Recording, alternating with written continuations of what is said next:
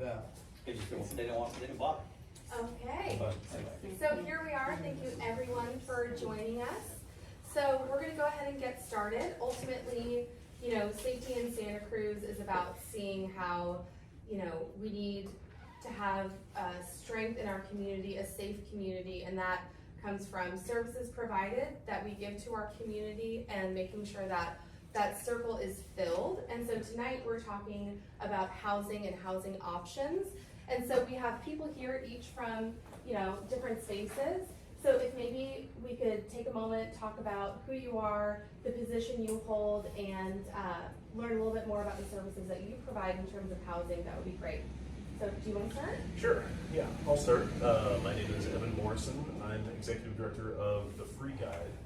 We're what I generally describe us as is a startup nonprofit. We're in the first year of providing services to people who are homeless, as you know, providing programs. Though we've been doing, our organization has been publishing the Santa Cruz Free Guide, which is a guide to services since 2015. Yeah. Okay, excellent. Corey? I'm Corey Mosley. I am the, I have a lot of titles, sorry. So I am the development specialist. I am the program manager of the severe weather shelters. I'm the housing coordinator of the RV Parking Program, and I am the community relations manager for our organization. The Free Guide. Yeah, the Free Guide. Yeah. I had too much coming up now. And I've done housing for homeless veterans here in this county for 6 years, and I've done housing in general for around 7. Wonderful. Yeah. Okay. Darius Mosinine, I'm a landlord, and my entree to this event is I rent a lot of Section 8 housing. In fact, somebody told me, I'm not sure if it's true, it's that I'm the largest Section 8 landlord in the city for Santa Cruz. I think I have 35 Section 8 tenants. But then I've had Section 8 tenants in 4 different counties: Solanos, Monterey, and Santa Cruz, Alameda. So, and I rented my first Section 8 to my first Section 8 tenant, who came and introduced me to the program in, I think, 1988 in my triplex on Locust Street. And quite frankly, I have a lot of experience with, I don't know which one, lower income folks, their challenges, and some issue, you know, problems with Section 8, the program, Mm-hmm. and you know, different types of Section 8 tent, folks with vouchers, vets with dash vouchers, pedestrians with their normal Section 8 housing choice vouchers, and the ones with emergency vouchers. And I've kind of rented all of them, and there are different experiences with those folks. But you know, at the end of the day, I'm a landlord in Santa Cruz. I guess I'd call myself a moderate-sized one. I've got 53 units in Santa Cruz, another 30 or so in Salinas and Monterey, and yeah. So I got an interesting perspective on being a landlord with those sorts of folks, and solutions to affordable housing as well. I'm excited to hear about that. Yeah. Bill? Thanks for all your support for folks with vouchers. You're not gonna like some things I say, but wait. It's not personal. That's the purpose of this. Thank you. My name is Phil Kramer. I'm the CEO of Housing Matters. We're a local nonprofit, the largest nonprofit in Santa Cruz County, working on solutions to homelessness. We have about 200 or so folks in shelter on our campus on the corner of River Street and Highway 1. We support about 350 households in the community, so recognizing that it's not only housing, but it's providing folks with the appropriate kind of right-sized support for them to succeed in housing and integrate in the community. And we're also building housing, so we're remodeling a 7-unit Victorian house, a blue house right across the street from us. And then we're about to embark on the largest supportive housing project ever undertaken in the county, 120-unit. It's a term of art, but permanent supportive housing. So it's all those things, permanent, and it's supported on site in building support and long-term housing for folks that will benefit mostly from that level of support. Not everyone needs, you know, ongoing long-term case and care management, as my colleagues Evan and Corey know, but some folks do. So the housing we're building is designed to support those folks that are most vulnerable, most at risk, which is a euphemism, most at risk of dying on the streets of our community. And just so we're all working on the same vocabulary, when you say supportive housing versus permanent housing, transitional housing, and could you just elaborate a little bit more? Sure, I think the broadest umbrella term would be support. So let's say the broadest umbrella would be, or description would be, supportive housing. So that's providing someone in their housing placement. Sometimes that support starts before their house, right? Our case and care management, housing navigators work with folks, individuals, families, and veterans on a pathway to housing. So they're connected with support on their journey to housing.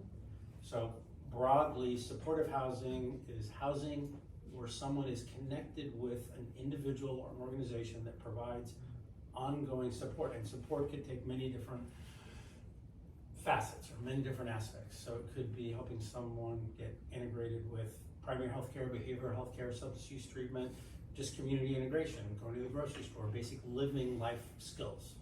So that's supportive housing, and that can be both building specific. So a housing complex across the street, for example, might be a supportive housing, and every or some units are designed and set aside as supportive housing. Supportive housing can also be scattered site, so it can be broadly throughout the community, right? And we provide that. We kind of, number of us sitting here, provide community-based supportive housing, so it's site-specific, scattered site. Could be an apartment anywhere. Could be in one of Darius's units. So that's also supportive housing in the sense that we're providing on-site support to that household, that family, that individual. Could be really short-term, could be measured in weeks or months, could also be measured in years. Permanent supportive housing can also be scattered site, but oftentimes it's a building, a domicile, set aside, designated with units that have either a project-based voucher, a Section 8 voucher that's attached to that unit, not to the individual. Right? So project-based Section 8, or we're using the term, we're using housing choice voucher. Trying to move, just, no, not a criticism, Darius, but trying to move away from Section 8, which is a redlining, so that goes back to redlining. Right. When communities The whole point of Section housing choice voucher was to avoid this red line. Yeah, Instead of putting people stuck in projects, give them an opportunity to go anywhere, exactly. right? Yeah, but, so, just a different term, so Right. housing choice versus Section 8. So supportive housing, broadest umbrella. Permanent supportive housing, a little bit narrower in defining how that support is provided. Could be, again, with a unit or with a building. Oftentimes it's a building designated as supportive housing. Transitional housing, which there's very little of now. I think we may have shuttered one of the last transitional housing programs, specifically transitional housing, which is a HUD definition of transitional housing, which had been this kind of between shelter and long-term kind of community-based housing, and it would provide people a place to stay in the way we had operated and HUD had operated for many years. HUD, Department of Housing and Urban Development, I can get into my acronym soup. And that would provide people kind of that transition between maybe shelter or being unhoused and long-term permanent housing in the community. The way we operated the program and under the mandates of HUD, it was someone could be in housing, in transitional housing for up to 2 years.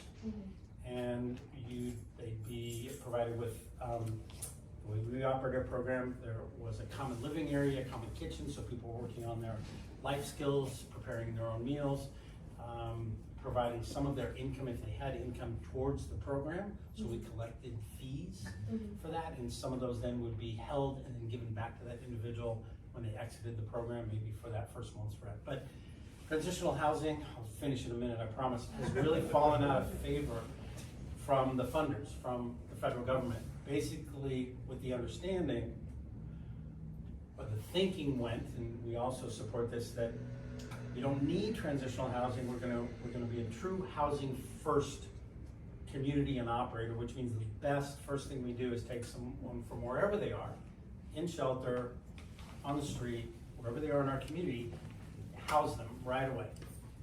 And so the thinking was, we don't need transitional housing. Everything we're gonna do is gonna be housing first. Right from shelter, right from the street into housing, and that works for most people. Some folks, I think it can really benefit from that transition, that learning the life skills and the cohabitating with other folks and working with case and care management, folks on our team.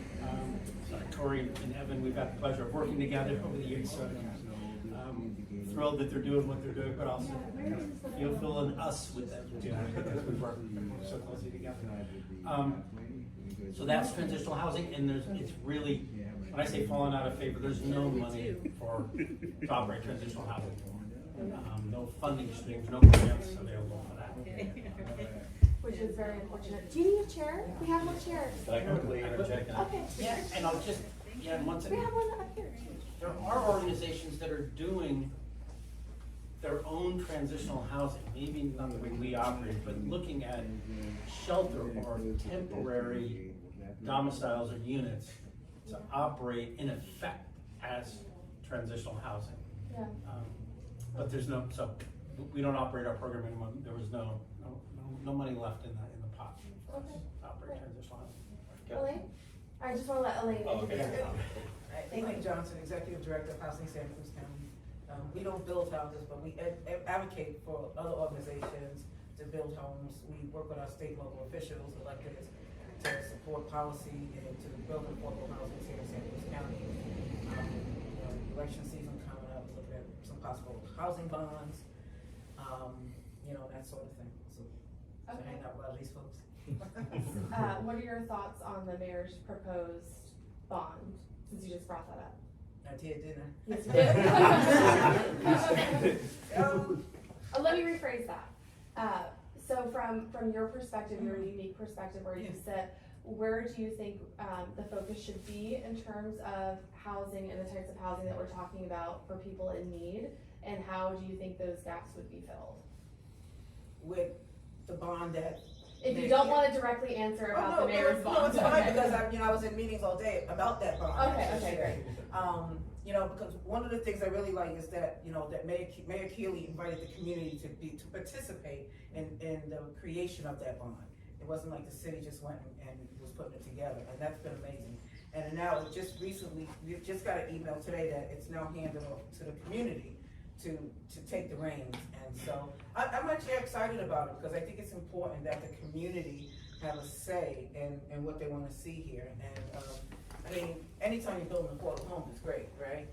That's why we're here, to make sure that everybody has a safe, stable home, place to call home and lay their head at night. And so, we met today, and some community leaders met today to talk about what those next steps may be. So we're still in the early phases, but I'm very excited about where it can possibly go. Okay. Yes. I'll be glad to comment on that when my turn comes. Well, actually, you were going to be my next person, and then I'm going to let Marvin ask a couple questions. I feel like your perspective is rare amongst the panel, so I would love to know landlords can choose to provide this service. What makes you, offer so much of Section 8? What was the correction? Housing choice. Housing choice. Yeah. So what attracts you to this? But then again, what are the hurdles that you see? What would make it better? And do you feel like this option fills a need? Just tell us a little bit about your perspectives, what you think works and what doesn't work, and what attracted you to it. First of all, let me say, I have very good Section 8 tenants.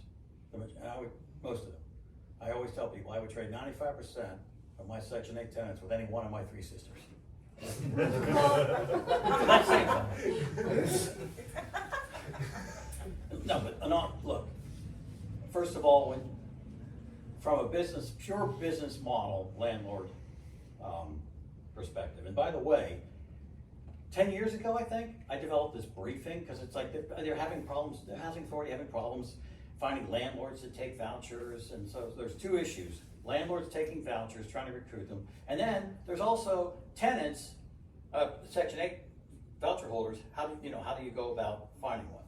So I put together, not 1, 2 PowerPoint briefings one was why I love Section 8, this is for landlords, and I was offering to the housing authority, look, why don't you call in, get your, Pete's Coffee or whatever, and cookie company cookies and all that stuff, invite a bunch of landlords in. I'd be glad to give them this briefing. Why I love Section 8, spoiler alert, guaranteed rent is dead last. Let me, and top four reasons I love Section 8. Spoiler alert, guaranteed rent is dead last. Number one, the major expense for a landlord is turnover. So when somebody turns over, they leave the apartment, hey, there might be repairs to do, carpet, this and that. It takes a week or two, maybe to find a new tenant. Well, in this town, they rent themselves yesterday, but whatever. It depends on how much you're gonna do. But that's a huge expense. At the $2,500, do the math, $2,500 a month for a one bedroom, that's a meal at the Shadowbrook every night. So that's how I process this, okay? So vacancy is a big expense. Section 8, they never leave. I've had 2 Section 8 tenants leave in the last 8 months, and they went out with a coroner. They died in the unit. So they stay forever. And it's great for so from a turnover perspective, there's very little. And number 2, the ones the tenants, the Section 8 voucher holders that quote get it, they know they won the lottery. It's not the lump sum, it's the annuity program. And so you do the math, they get a subsidy of rent's paid by the government, maybe $1,800, $2,000. I've got people paying as little as $0 for a one bedroom to whatever, it's 30% of their income. And a lot of folks are on SSI saying they're about $980, so their rent's like $300 to $400. You do the math, lay it all out, it's about a multi-million-dollar subsidy over their lifetime. Okay, and the ones that get it know that they have to mind their P's and Q's. They have not only a lease with me, but they have a contract, with the housing authority, which says, oh, if you're going to be gone more than 30 days, you got to notify the housing authority as well as me. And there's rules about drugs and so forth. And there's folks the ones that get it. So behavior is and counter to all of the the conventional wisdom and the prejudices. They're great. They behave themselves. I have very little problems. Again, there's exceptions, of course. So that's number 2. What's the number 3? So then, now maybe this is unique to me. My tenants know that we have this kind of unwritten contract that, hey, you be a good tenant, you're here forever. Everyone's on month to month. I mean, I have 20 people in 20 years. They're still on month to month leases. And for me, they also know I have an open checkbook to improvements. And so, hey, if you want to improve your unit and do stuff, I'll buy the materials if you can find someone qualified to do it. I had a guy who put in marble tile in his bathroom, pergo flooring, mirror closet doors. I mean, he was my poster child for why rent a Section 8. And I have others that do that too. Because it's like they know this is going to be their place for as long as they want it, and they treat it like it's their own. And again, this goes all against what everybody thinks of Section 8. Oh, they're poor, therefore they must be on drugs, or they're criminals and whatever, Absolutely not. Being poor is not a crime. And it's really easy to be poor in this town. Okay, anything under 120 grand? It's low income, Right. So that's the other thing, and that was 3, and then 4 is, the guaranteed rent's kind of nice, But, so, anyway, I put together this briefing, and also when a landlord talks to another landlord, they listen, because we speak the language, and we know what our pet peeves are with tenants.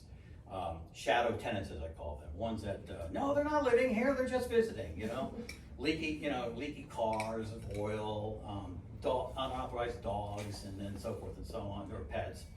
And, we understand, what pushes our buttons and what's a good tenant and so forth. And so when they have somebody like saying, look, you should really, I have extremely good luck with Section 8 tenants, and here's why.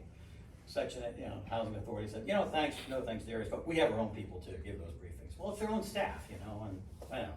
So whatever. So I hear these good things about Section 8. Yeah. Do you see anywhere where there's gaps where it's not working or it could be improved? Absolutely. I wrote this, I was kind of frustrated with a couple of tenants, and I wrote this, it was like 7-8 years ago, I wrote this email to John Stossels, who at the time had this Fox News program about government waste, and so, and I wrote this thing that said, you know, you should come out and investigate, you know, do a story on Section 8. And here's the, you know, hey, I said there's good things about it, but on the other hand, there's no work requirement, okay? And we have limited housing here, but we also have low-paying jobs. We're a service and ag economy, okay? And the first priority should be for the butchers, bakers, and candlestick makers of Santa Cruz, so they can live close to their job, okay? And I think a work requirement would be at least give working low-income folks first priority. I had a guy, one example, that went south. He was a vet, check. You know, he had a decent car, check. Nice silver Audi, didn't leak fluids. Okay, and then hey, he worked as a security guard at Safeway. Boom. Okay, come on down. Here's your apartment. 3 blocks from the pier, 690 Pacific Avenue. So the next thing you know, he decides to quit his job and claiming he's disabled. And single man in his 30s, 40s, and 50s with nothing to do, that's a recipe for disaster. So next thing you know, he gets on meth, and then the guy downstairs, actually the guy who built the marble floors, marble tile, that guy, he's never complained in years, and when he calls and says, Darius, what's going on with this guy upstairs? It sounds like he's building a boat in there. Well, he was building a stripper pole in his living room. And then all these homeless gals are coming up there, and Mike, this isn't gonna work out, okay? And I eventually had to evict him, and he's homeless in Hollister. But I gave him every opportunity. He had everything, but he blew it. And maybe that's where we need more, you know, housing support people to like, dude, Dora, here's, like I said, here's that Staples commercial. Here's the red button, easy. Press this and life will be good. Just, you know, follow the lease, get rid of the stripper pole, keep the riffraff out. Minor things.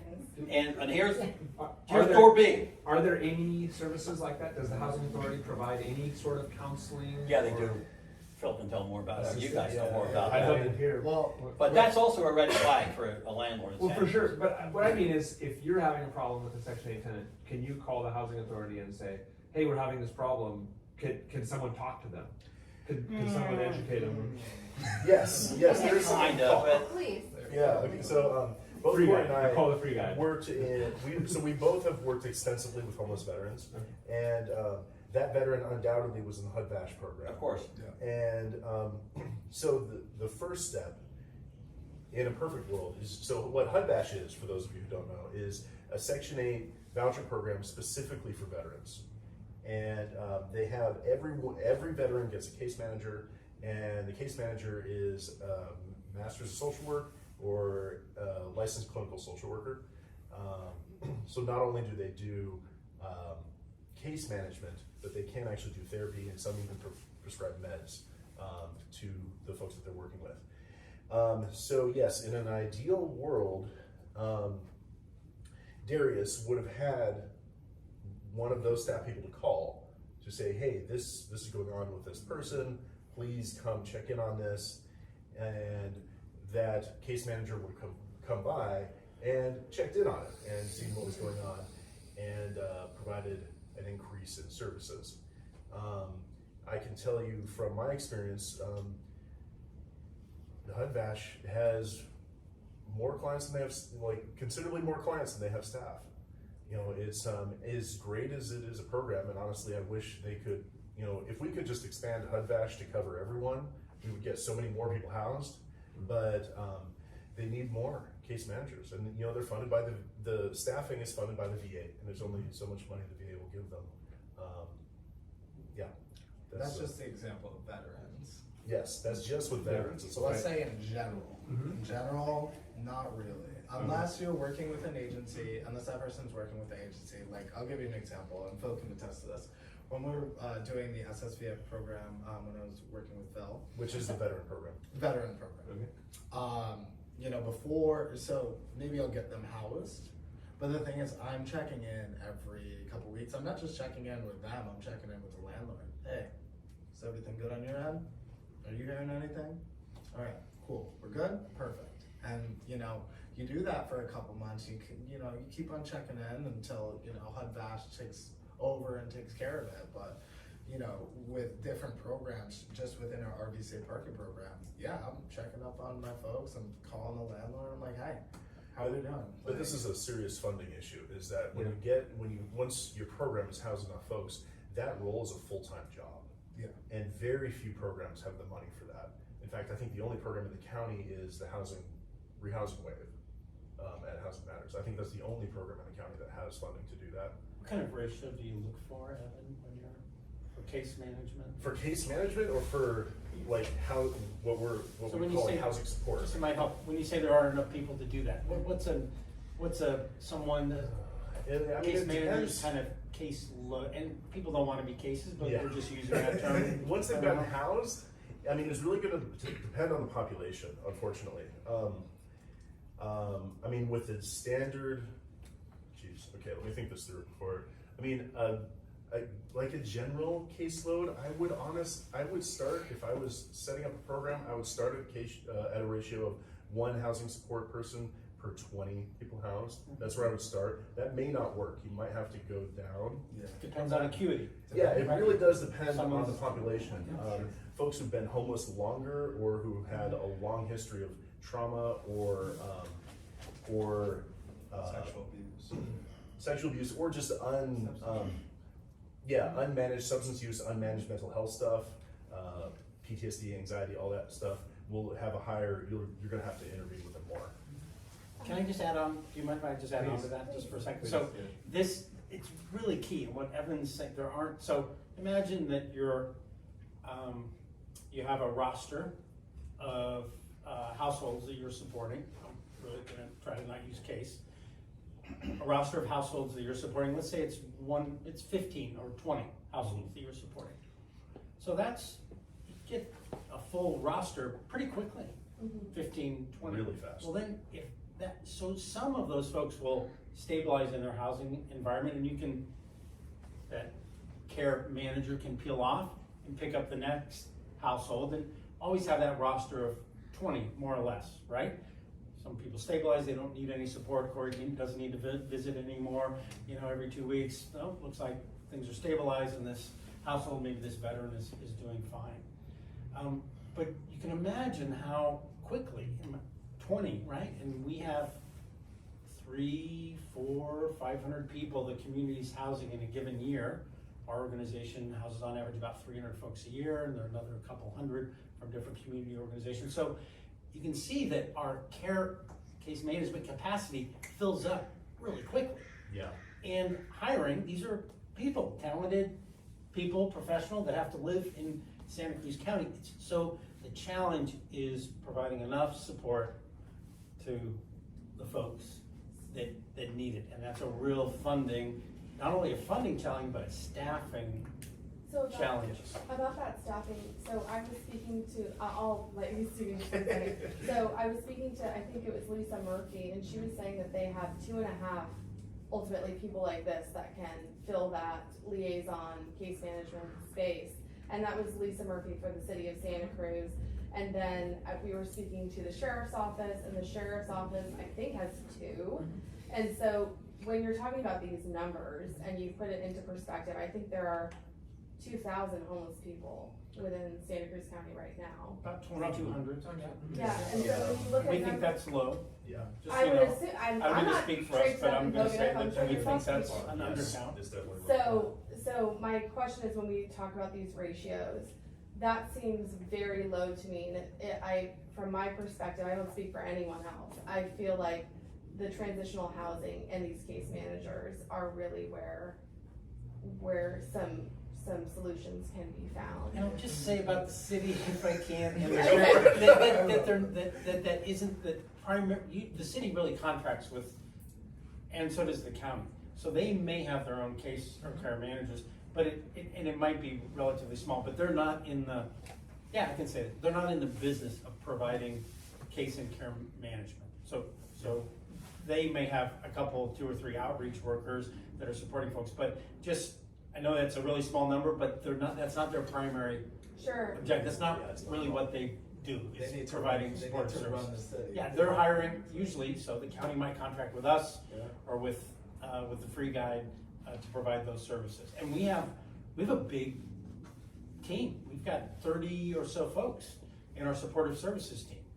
Case managers, housing navigators, supportive service personnel. So we have a relatively big team. But again, on that 1 team member to 20 ratio, we're full all the time, right? All the time. Yes, So- overfull. So yes, and we oftentimes stretch that ratio, burn out team members, right? And, okay, can you just take on one more Yeah. household? So, but I won't get into the details of the reality of doing this work is not only really challenging from a funding standpoint, but really challenging from a staff retention standpoint as well. And, yeah, I'm sorry, I cut you off. Yeah, I was just gonna say, if you're gonna separate housing, like housing support as its own role, and we're housing 400 people a year, that's 20 housing support specialists. That's a full-time job for 20 housing support specialists. I believe we have 3 housing support specialists in this county right now. If we were to house all the homeless folks in this county, I was just doing the math if you saw me on my phone. So if we assume that there's 2,200 homeless folks, that's 110 housing support specialists.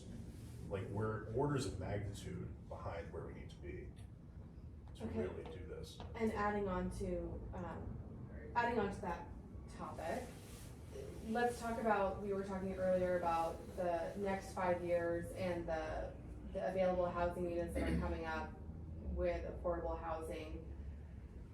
I'm curious if we know, and Elaine, I said this question to you as well, if we know the need for affordable housing, how many people are waiting for affordable housing versus what we have in the pipeline and what is available, where those gaps are. And Elaine, if you wanna start off, and anybody else that wants to chime in. Well, I'm actually in conversation with the county right now, specifically Housing for Health with Robert Ratner.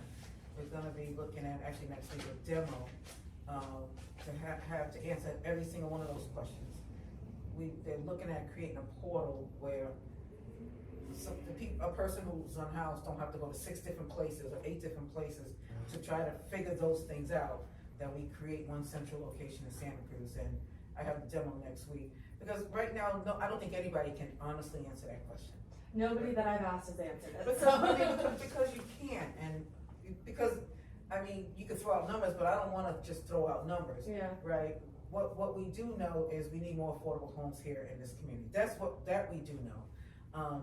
And creating this portal it will do just that, as I said. It will help us know who's on track, what's being built, what's still in conversation, what's got kiboshed, so that everybody's informed, so that everybody can make informed decisions. But I don't think any one person can say there's 3,000 people that are waiting for this units on Capitola Road, because you just don't know, this many people's on the waiting list, that sort of thing. It's tricky, but it's a lot. Is the county working on this portal? Or We're who is looking into it, my organization and the county. your organization Yeah, in the county? yeah. Okay. Specifically, a Housing for Health unit that got created during the pandemic. Okay.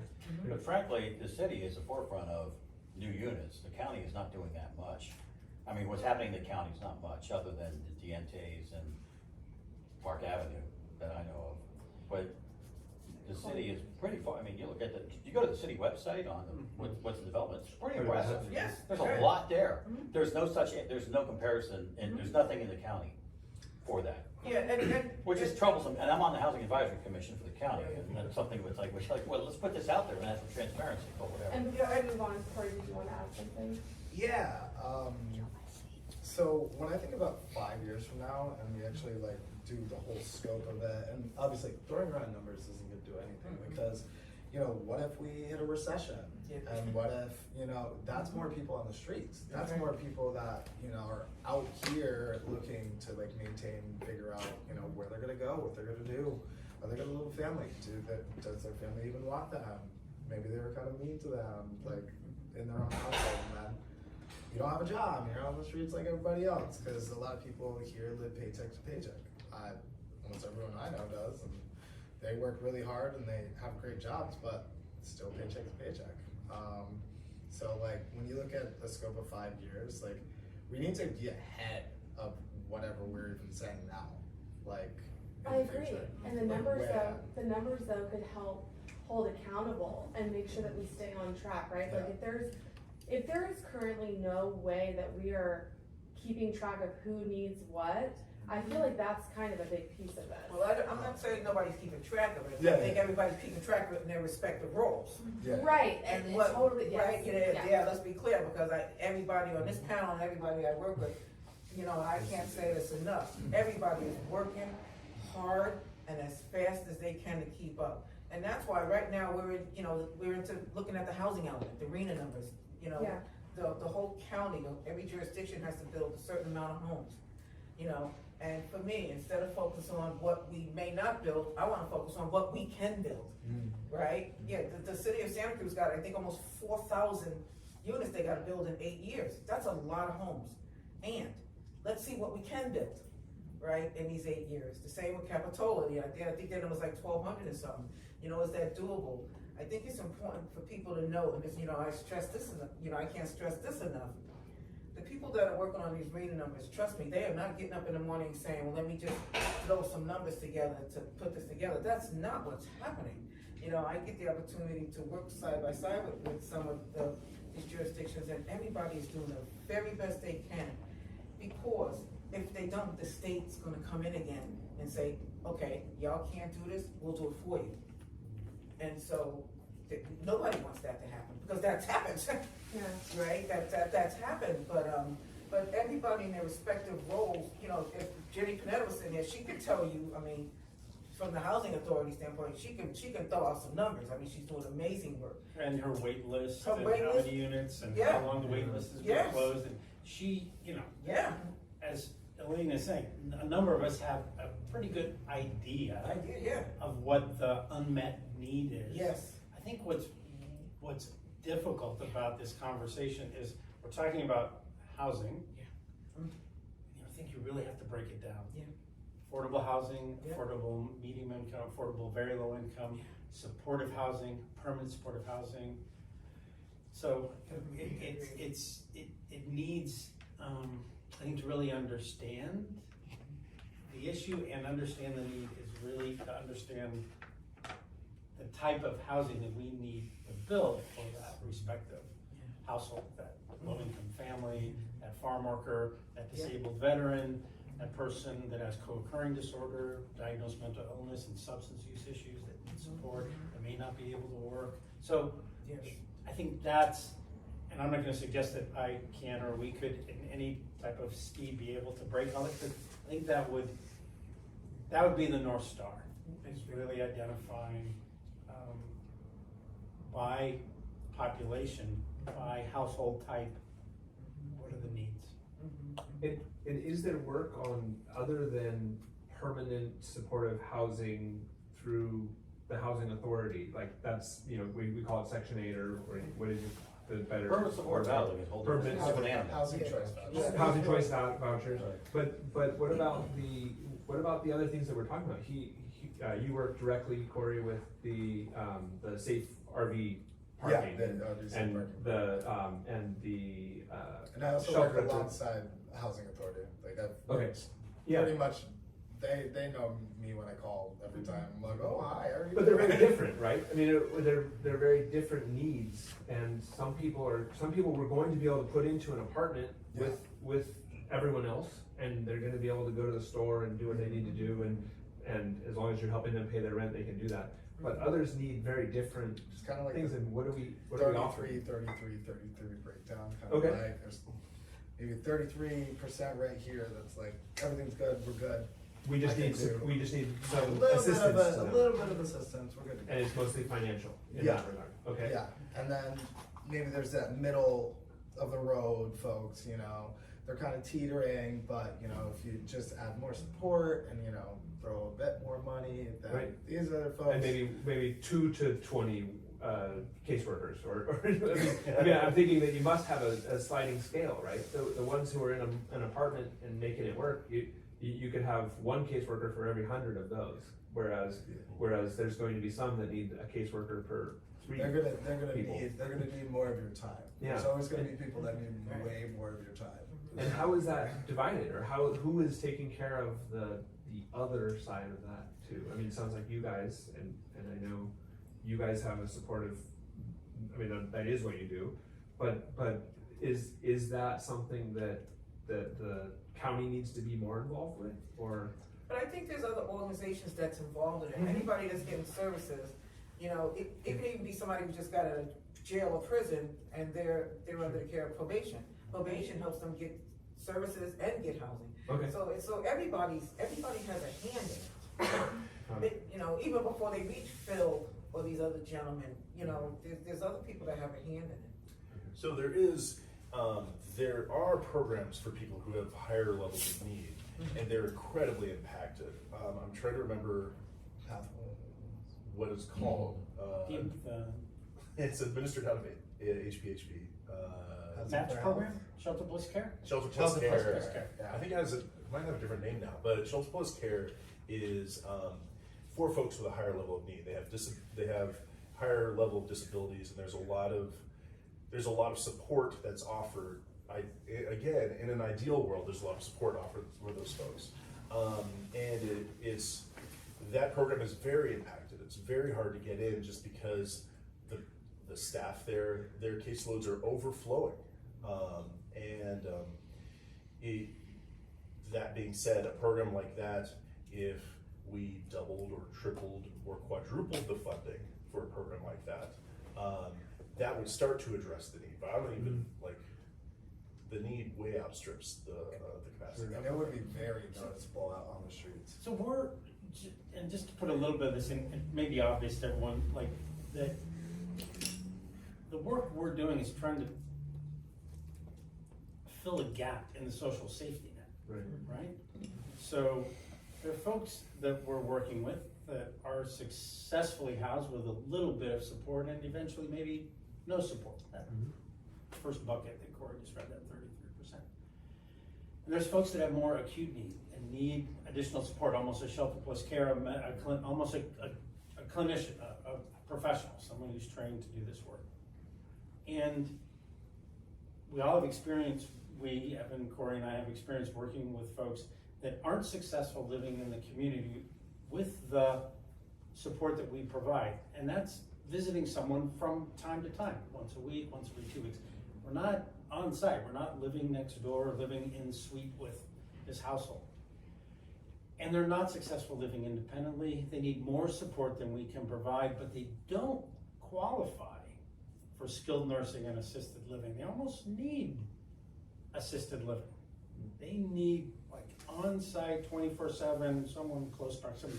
So back to the term of art, the solution for those folks that need more support is this a building, we're gonna call it permanent supportive housing, that has units set aside with rental subsidies, a housing choice, a Section 8 voucher, and on-site support. So we, I don't get too philosophical, the system's failed these folks that are slipping through the cracks.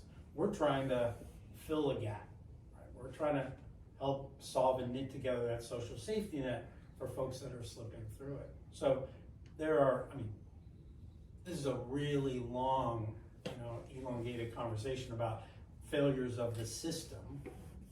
We want to fix the system, that's the whole purpose of our group. So, yeah, well, okay. So, man, we're here for it, let's hear it, what's the solution? She's got a kind of a So- radical so idea.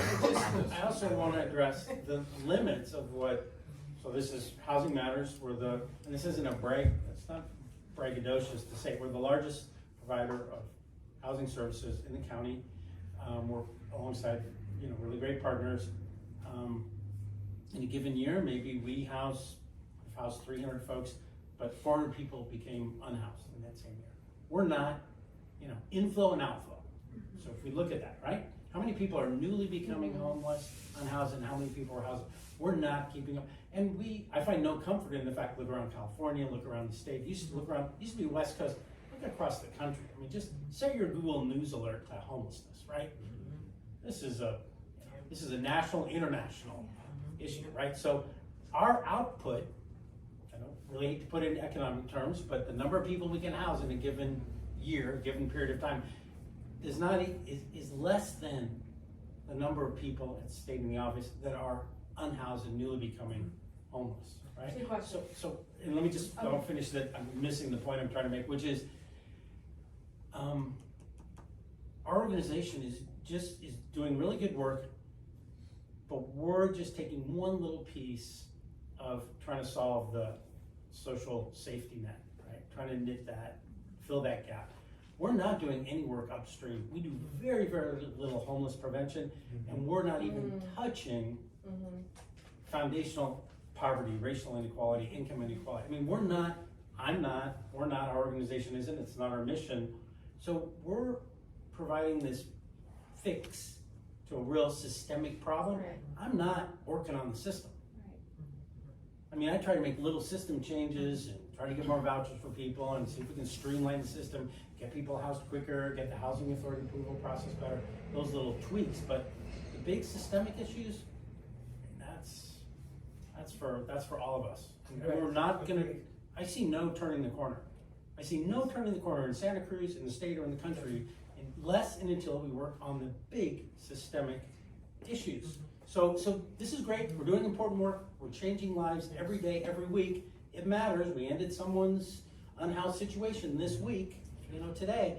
But I used to be really a believer that I can see the light. We're going to get everyone housed.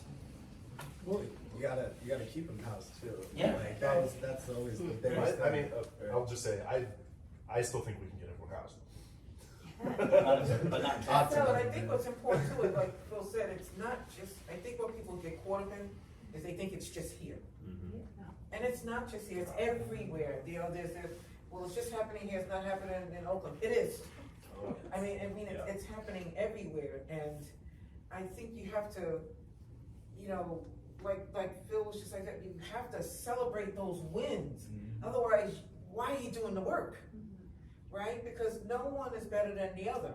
And I'm gonna say it again, there's so many pockets, we look at this county that are not even looking, people don't even talk about black and brown people not being housed. It doesn't even pass people's lips, which is a concern, right? But what I know is we have to celebrate the wins in the midst of, as we're trusting. I have to live that way. I can't live any other way, because then I feel like I'm gonna be part of the problem. I wanna be part of the solution. And part of that solution in the systems change is keep doing what you're doing, right? And the people that we house and help get clean or whatever, then they can step into these roles as well, because that's what happens. I got a couple. We all have a lot to say. That's the point. So, I like the natural progression of this panel, so it's okay. So, Evan? yeah, so to touch, I don't even remember what you said that made me think of this, but something we've been thinking about internally in our organization is, what is it going to take to end homelessness here? And one of the things we've been thinking about is, okay, we have this mandate from the state that we build nearly 13,000 new units in this county by 2031. And is it realistic that all those are going to get built? Probably not. But 8,000 or 9,000 could be realistic. And that's a big deal when we have 2,500 people who are homeless. And I've been thinking about, okay, how could we increase services so that we can actually just get people housed as those units are opening up? And I don't know if all of you are familiar. Well, okay, I won't go into the weeds on that. Internally in our organization and with talks with other folks, we've been thinking about, it would probably be possible, if the housing stock existed, to house 1,000 people a year and keep them housed for 5 to 8 years to end homelessness here for $65 million a year. Now the challenge is execution. The challenge is having enough people to hire to actually deliver on those programs. But that's the number that we've settled on, is $65 million a year. And part of why I'm bringing this up is because I just want the community to get used to hearing that number. Like, that's a large chunk of money, and yet 5% of the county budget is $55 million a year. That's what I was gonna ask. That's And 5%. there's a proposal floating out there in the ether that the state of California should allocate 2.7% of its budget to homeless services. And that, keep in mind, $65 million a year is just services, it's not buildings. So I want this to coordinate with all the buildings being built. But there's a proposal out there that the state of California should allocate 2.7% of its budget to homeless services. Staff at the county told me, I haven't done the math, staff at the county told me that would equate to, our portion would be $75 million.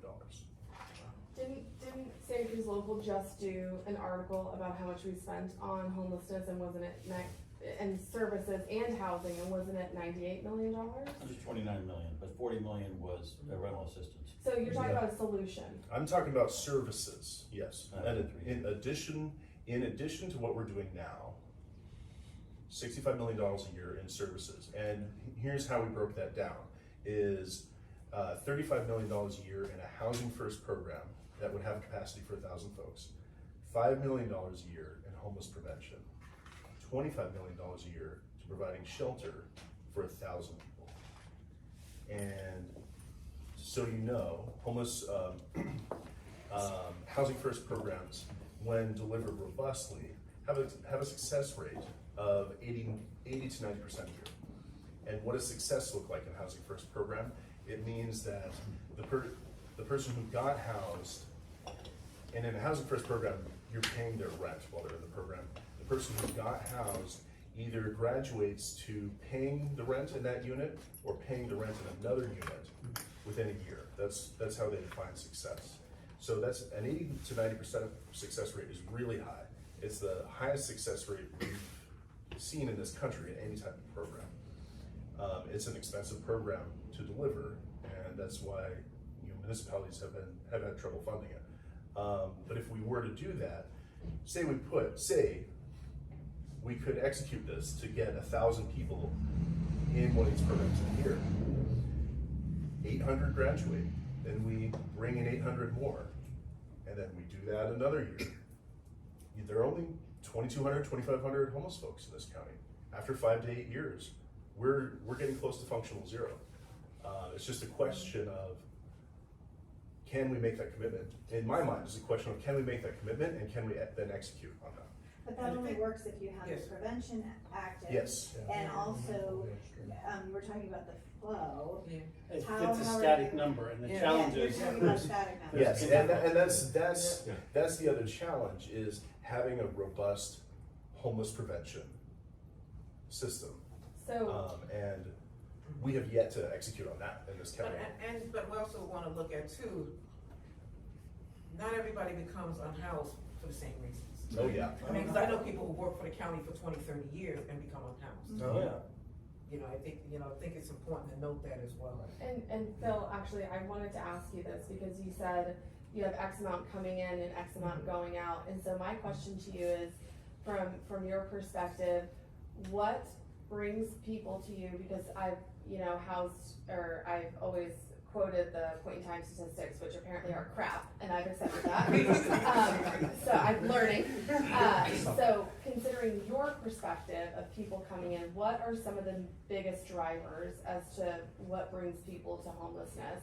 And then for the output, what are the hurdles that you're finding? Is it a lack of the actual structures?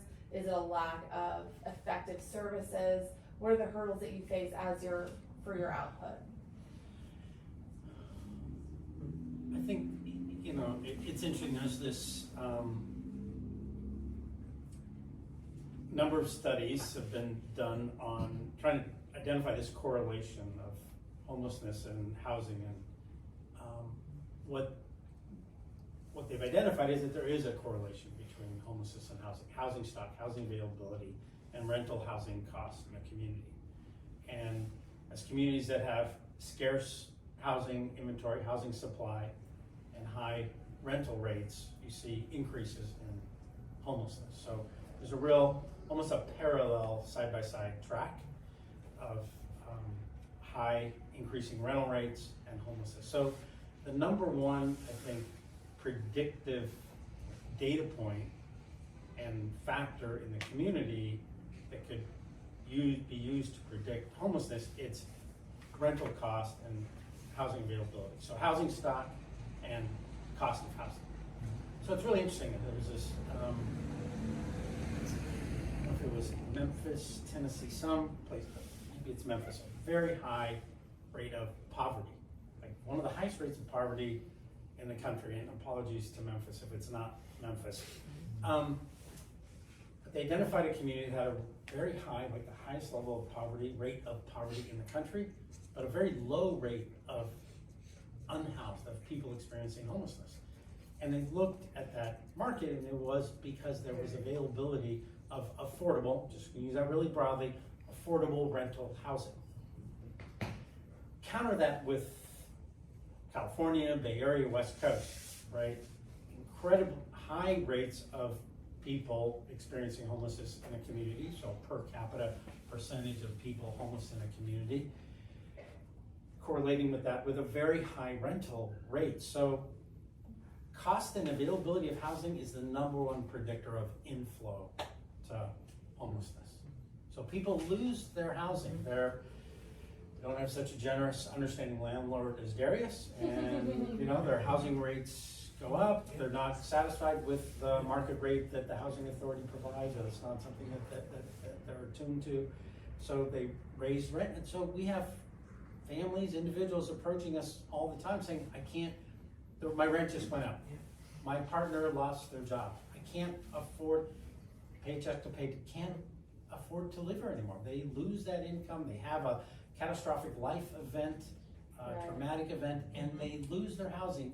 Getting back into the housing rental market, if there's 20 people waiting for one unit or 100 people waiting, or go out and look at a property. So number one source of inflow would be just it's cost of housing, inability to afford housing. Okay, so number one inflow. And then just answer a question about kind of what could improve our effectiveness at helping people get housed is more housing, more affordable. And that's the biggest hurdle that you're finding is the placement. That it's two, so it's four things. It's four things. 4 legs to the stool, or maybe it's a table if it's 4. Okay. Availability of affordable, very low income housing. A rental subsidy to go along with that housing, so a housing choice voucher or Section 8 voucher. A landlord that's willing to say yes to a housing choice Section 8 voucher, and a case or care manager, support person to support that household. 4 things. Okay. Availability of low income housing, a way to pay for that housing, a landlord willing to say yes, and case or care manager to support that household. Okay. I feel like it's important. Sorry, Darius, I do want to. Go ahead, You go first. You're on the panel. All this discussion, I got couple things I want to clarify. Number one, about the waiting list, and I think the waiting list for Section 8 is currently about 12 or 13,000. That's correct. I wish they would take the names of people that want to get on the waiting list. You don't have the whole people who want to be on the waiting list. I wish you would say, well, the waiting list is full, but let's take your name. It'll be 20, 25,000. Wow. They would be I wish they would do that. We would have a really good idea of how much demand there is. But they shut you off, say, sorry, it's closed. That's number one. Number two, let me just comment about the RENA numbers. And correct me if I'm wrong, for the folks in here, but the RENA numbers are the cities need to zone areas. They have to provide 4,000 places they can build in order to be compliant with the state.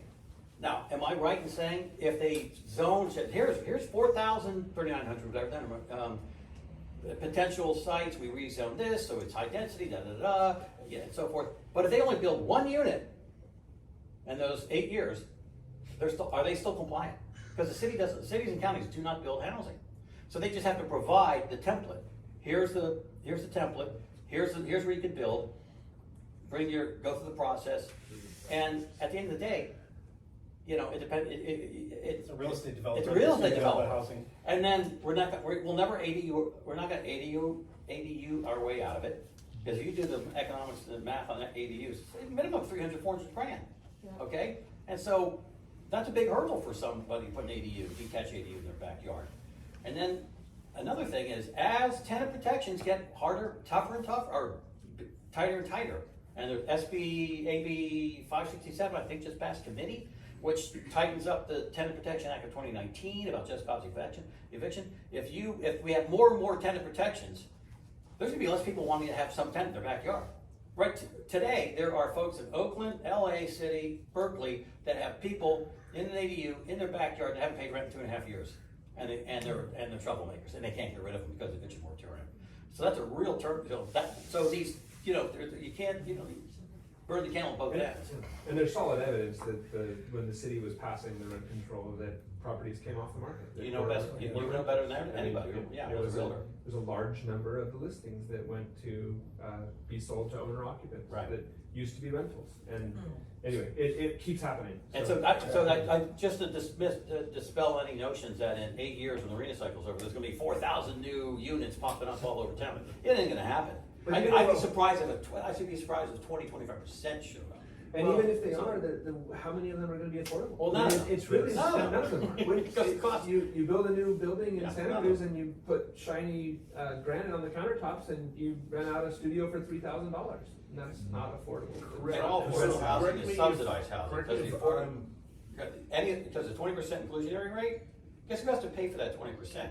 The people upstairs or in the neighboring apartments who pay, you know, $400 more in rent to subsidize the other 20%. Correct You know, me if so- I'm wrong, but there are about 1,000 low-income units in the pipeline right now. I think there's more. Well, at least the 5-year plan that I saw the presentation of. I think there's, So Thousands. it's not nothing that's being developed. It's not- No, it's pretty significant. In fact, this year alone, Yeah. last year, they had a good. there's 100% affordable going on Capitola Road. Yeah. I mean, and I remember asking, like, what's the incentive for these people? Like, how can, and I wanna ask you, how can we incentivize this to make people want to supply the affordable housing? Well, it took 8 years to pull together funding from multiples, you know, it's a very, it's hurting cats to get funding for these types of affordable projects. They have money from here, you gotta get money from here, you gotta meet certain qualifications, and then, you know, Elaine, you probably know, and I mean, Bonnie Lipscomb, Yeah. Santa Cruz, she's an expert in this, but it takes 8 years to 6 to 8 years just before a shovel hits the ground. Now, Okay? if you're gonna And- build preparing to rent to Section 8 renters, you know, the math is pretty good to do that. The question is, you know, can you guarantee that the vouchers are gonna be available?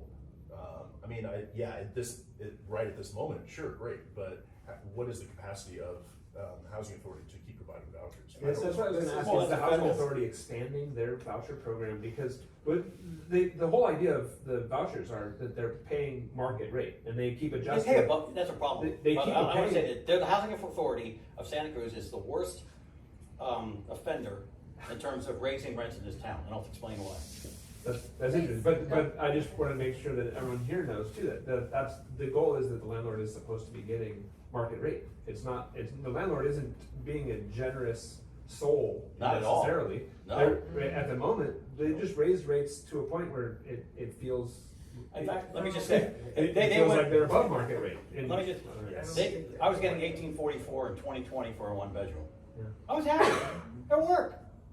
And then 2021 or 2, they raised it from 1844 to 2244, $400.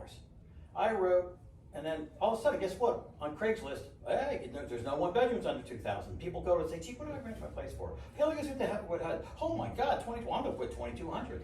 And I even wrote, I have an email I sent to Jenny Panetta. They go above that by a couple $100. Sure. I have an email to Jenny Panetta saying, Jenny, where are you getting these numbers for these 1-bedroom rates? Why don't you just, you know, instead of 2,200, make it 19 or 2,000 and have more vouchers available for everybody? how much money are they wasting?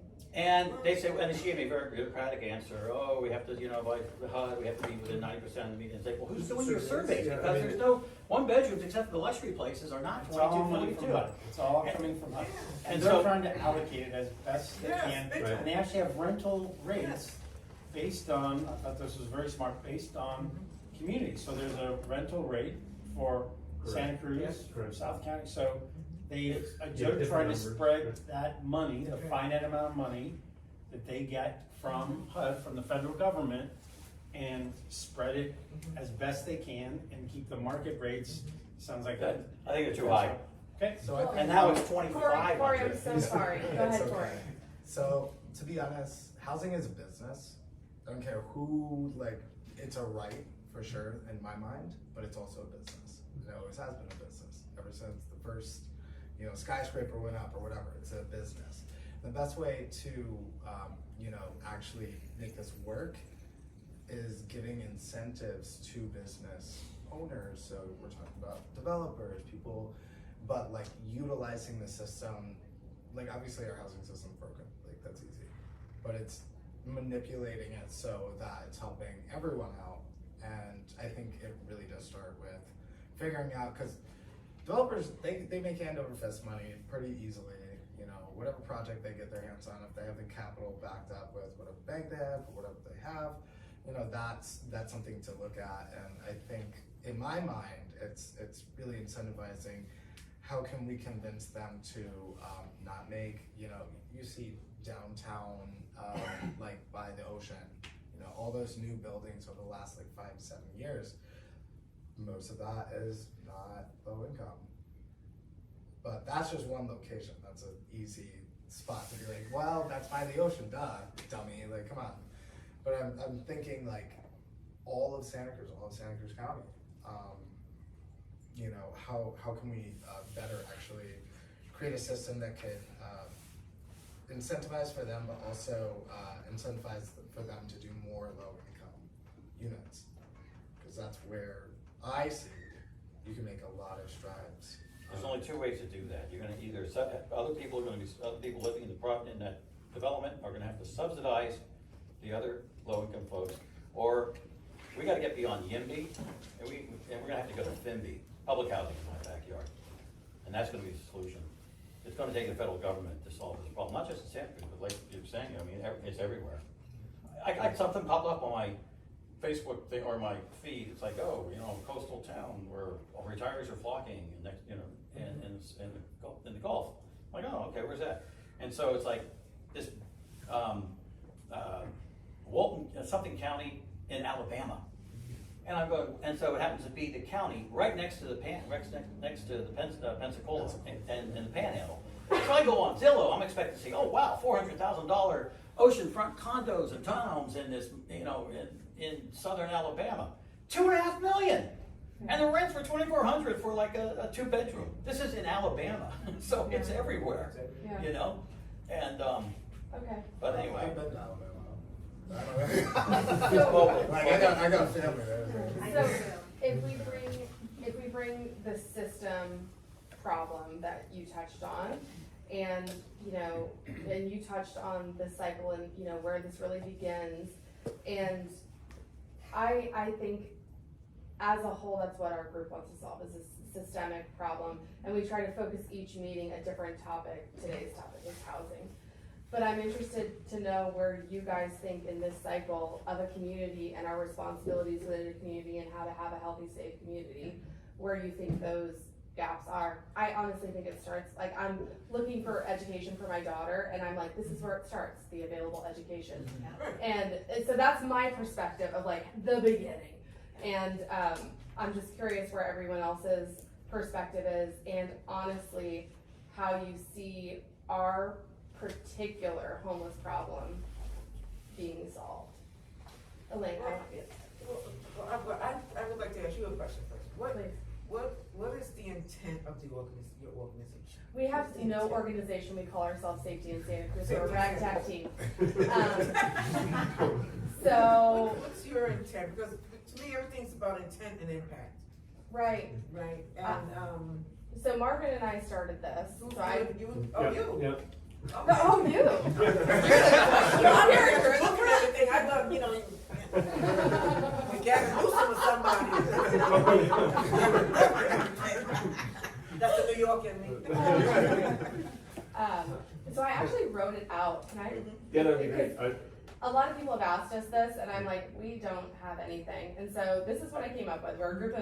We are a group focused on safety. We see safety being achieved by there being an effective system within our community that includes addiction services, mental health services, permanent transitional and supportive housing, effective and appropriate policing, and a strong community. We feel when these components work harmoniously, safety is ensured. That's what I got. So for me, when I hear that, again, what I hear, what word comes up for me is partnership. You know, because you're talking about law enforcement, you're talking about county, you're talking about mayors, you're talking about, you know, the word field and people, I mean, you're just talking about every person in this community. Yeah. So I would ask yourself, how can you partner with them?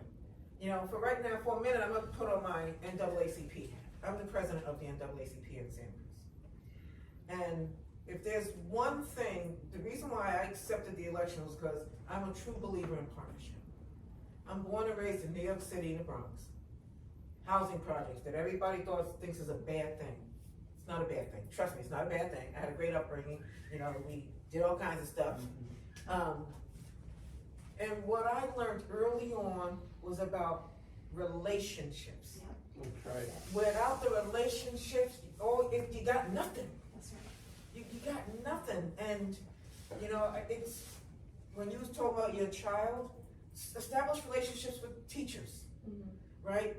Be of support at the County Office of Education, right? See how you can be of service in that location. You know, there are people who have concerns with law enforcement.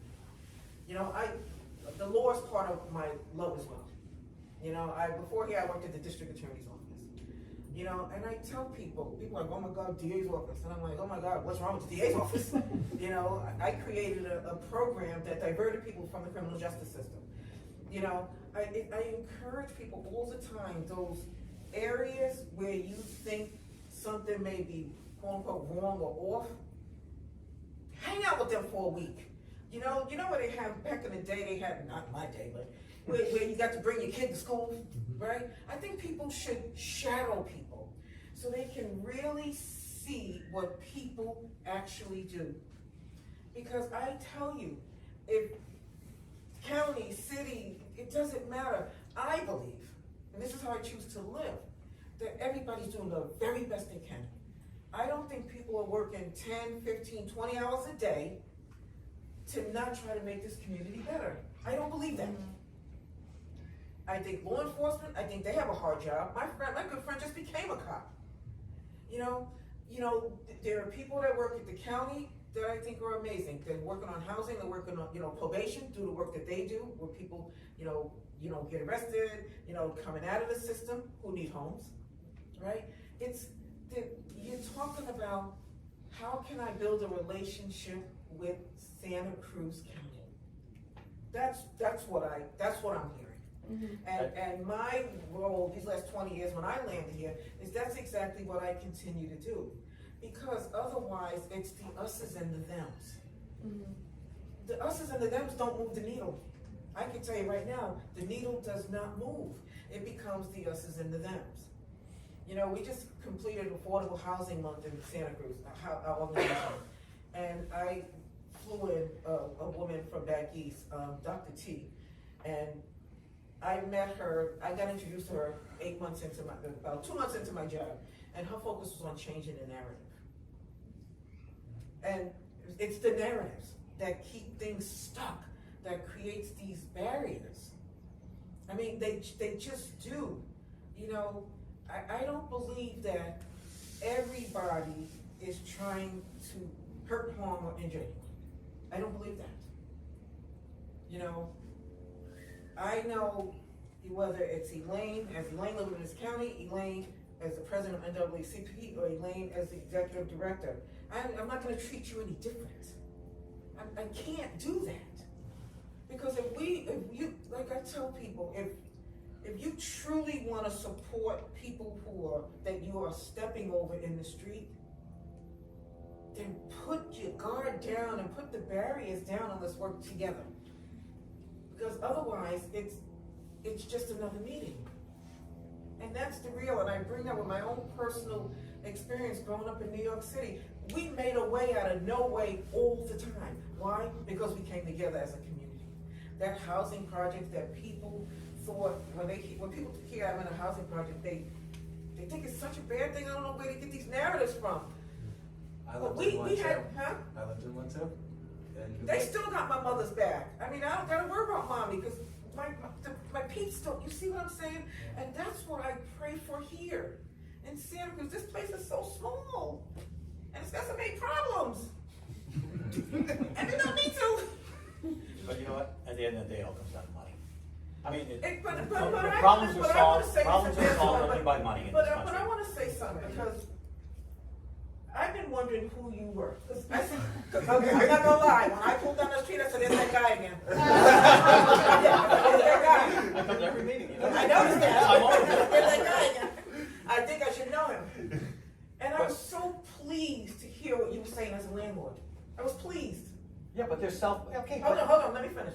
Because, Jenny Panetta is a good friend of mine. And this is something that we wanted to, that you would be the perfect candidate to have conversations, dialogues, not even with other landlords.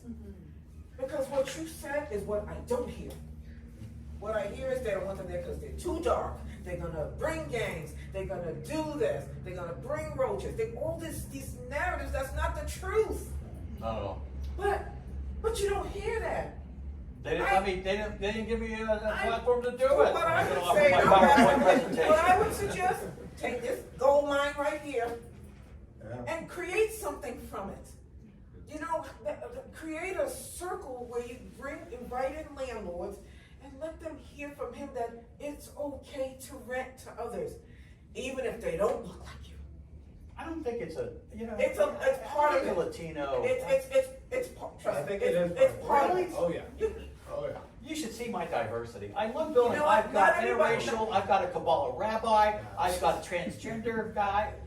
Okay. You know, We I got mean, it, we got it. maybe I'm unconventional. But you're Maybe I'm not. unconventional. Maybe you're not. Right, don't do that. Yeah, you're not. Trust me, But man, you're forcing us to put labels on But people.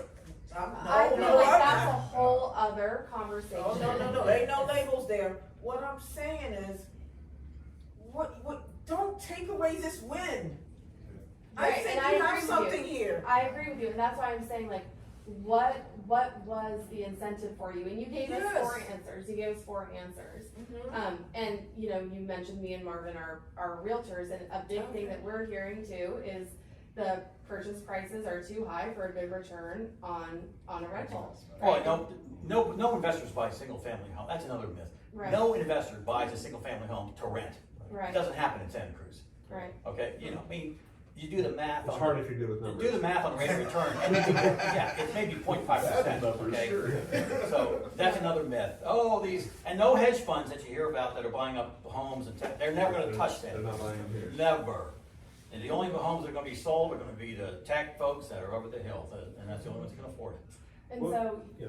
I was gonna have everybody go down the line Yeah, about the good. answers, and we went down a rabbit hole here. I love the rabbit hole. I was there for it. So Bill, do you want to touch on what's gonna solve homelessness and the cycle upon which we find ourselves in a failed system? I mean, it's really a both and answer, right? It's everything that Elaine said about coming together as a community and changing the narrative. So as an organization, we're really invested in community engagement, trying to create opportunities for people to discuss, get involved. Dara's been a number, so we go Neighbors for Neighbors, a new program we launched this year, inviting people into libraries. Elaine's been a speaker on. Dara's has come to a number of. I try to avoid, Mayor told me to tone it down, so I. The mayor told you. Mayor. I'm Mayor sure does Mayor too. told him to. So I think it is, I think education is, it's a big part of it. I don't know how big a part, but it's a big part of it, is education, understanding Do you mean education on people's, experiences, or do you mean education like public education? I think education on the issue of homelessness, Okay. the why. I think breaking down this, we all have prejudices and stereotypes. Yeah. And I think it's creating a place, really, more than a platform, but a place for people to have that conversation.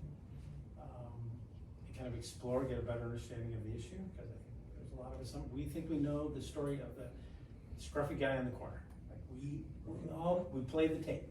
Scruffy guy in the corner, play tape, right? We think whatever we think, right?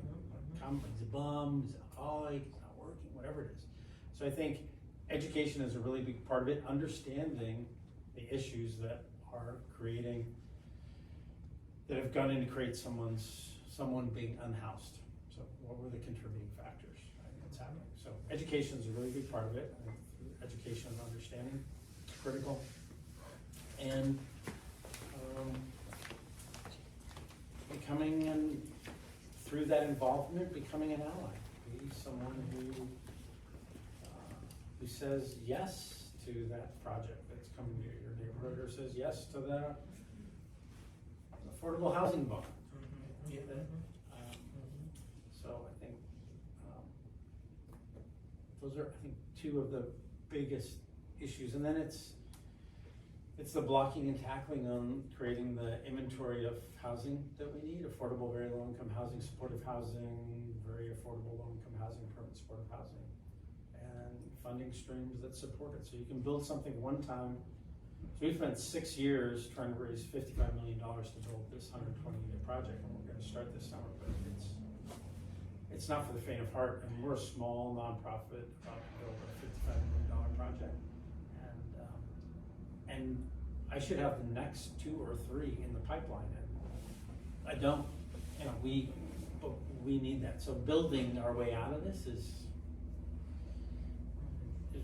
really going to be hard. But we Yeah. need to do that. Especially with the building that is being proposed right now. I mean, a lot of, we're talking about this building, well, we need to supply more affordable housing. Well, we're supplying very little more affordable housing.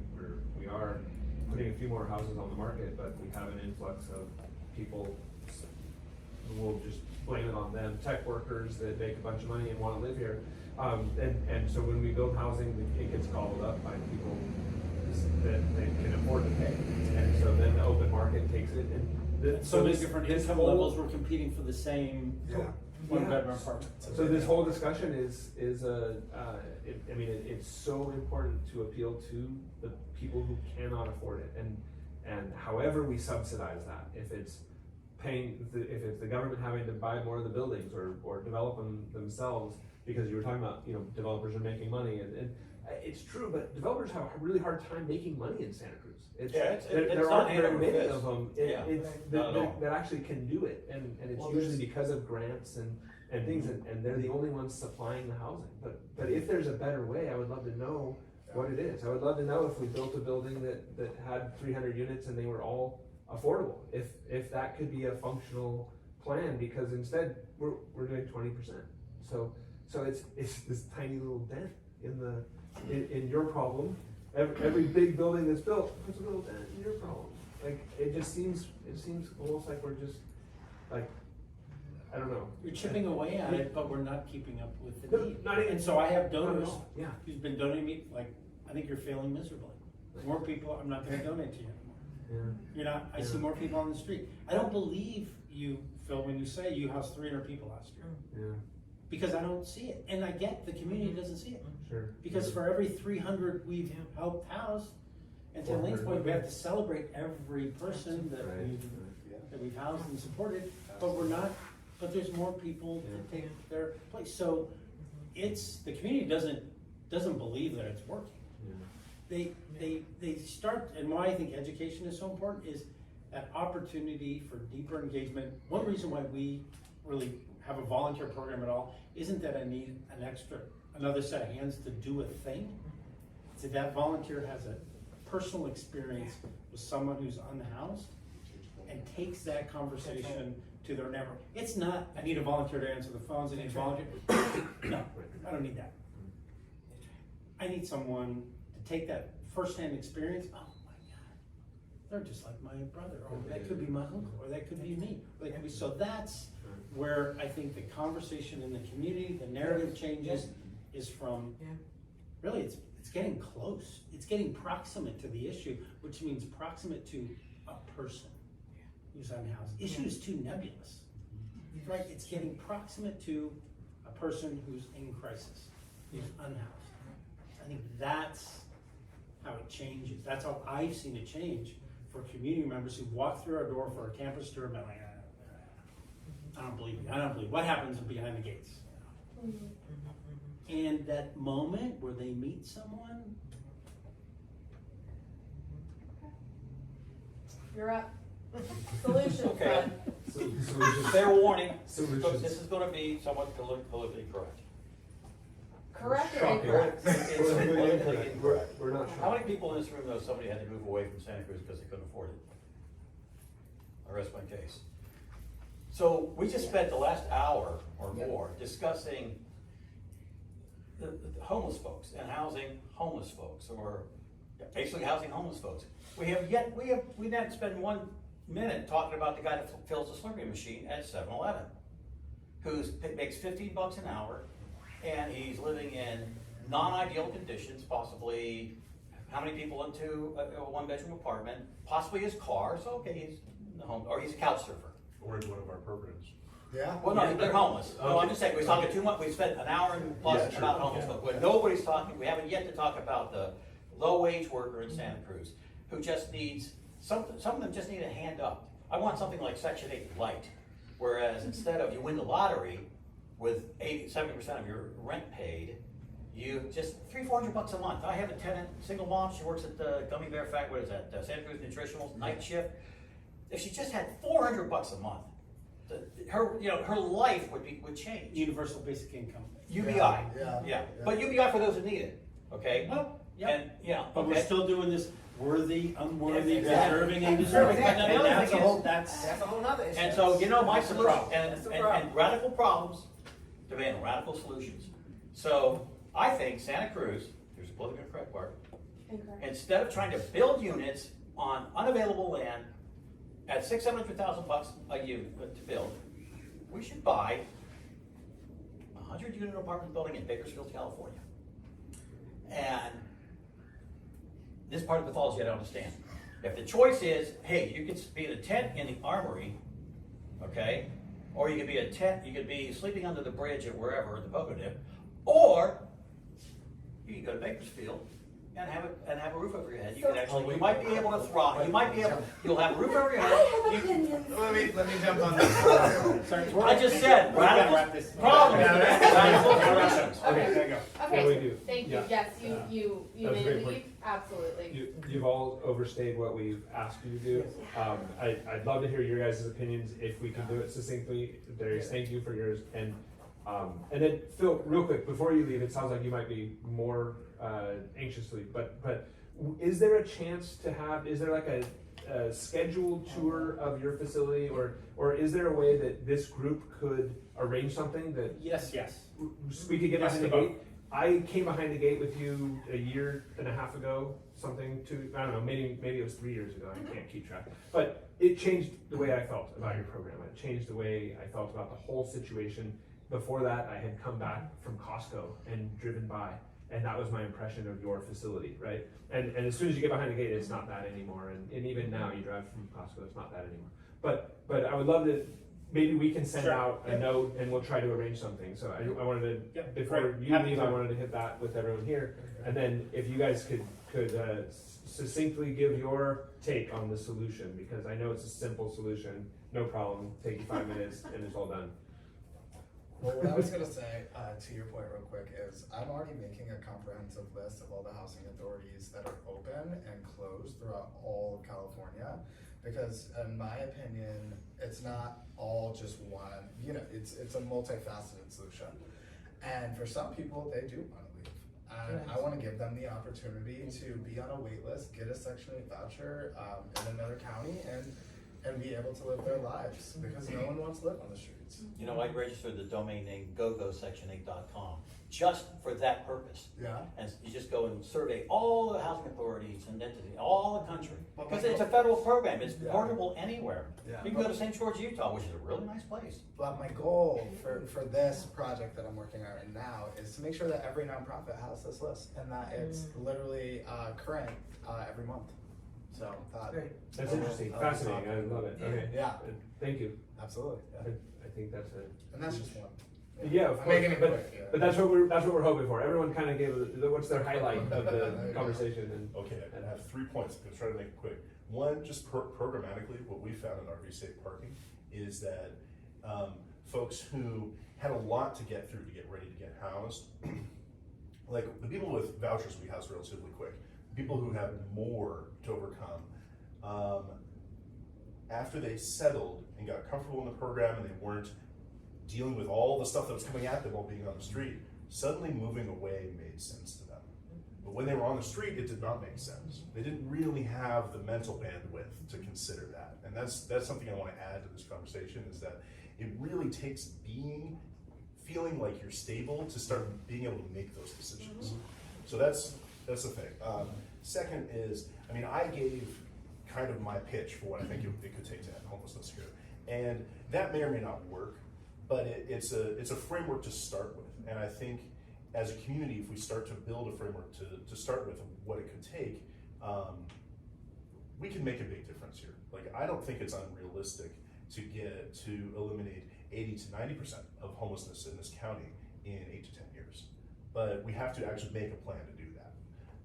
And then finally, what Elaine said really inspired me, and made me want to touch on something as well, is that I really don't think in the entire history of this country that community has really worked. And I think it's time for all of us to think about what we can do to make community work for us. I think it's a person-to-person endeavor, and we have to be doing that regularly. You know, I think it's that level of engagement that is going to increase our safety, is going to decrease homelessness, it's going, you know, all these problems that we see out in the world are going to be addressed by addressing community, and it's each of us making that commitment. Thank you. Yes. Thank you all. You know, I have lots more that I would like to do. Yeah, as it happens. I appreciate all of your time. Thank you so much You're for very coming. welcome. Yes, and I'll Yeah. probably be bugging all of you very You soon. can buzz. Okay. Yeah, thank you, each one of you. Thanks, thanks for starting the conversation. Yeah, hey, Elaine, I want to talk to you about that bond. Yeah, we'll set some up. See you.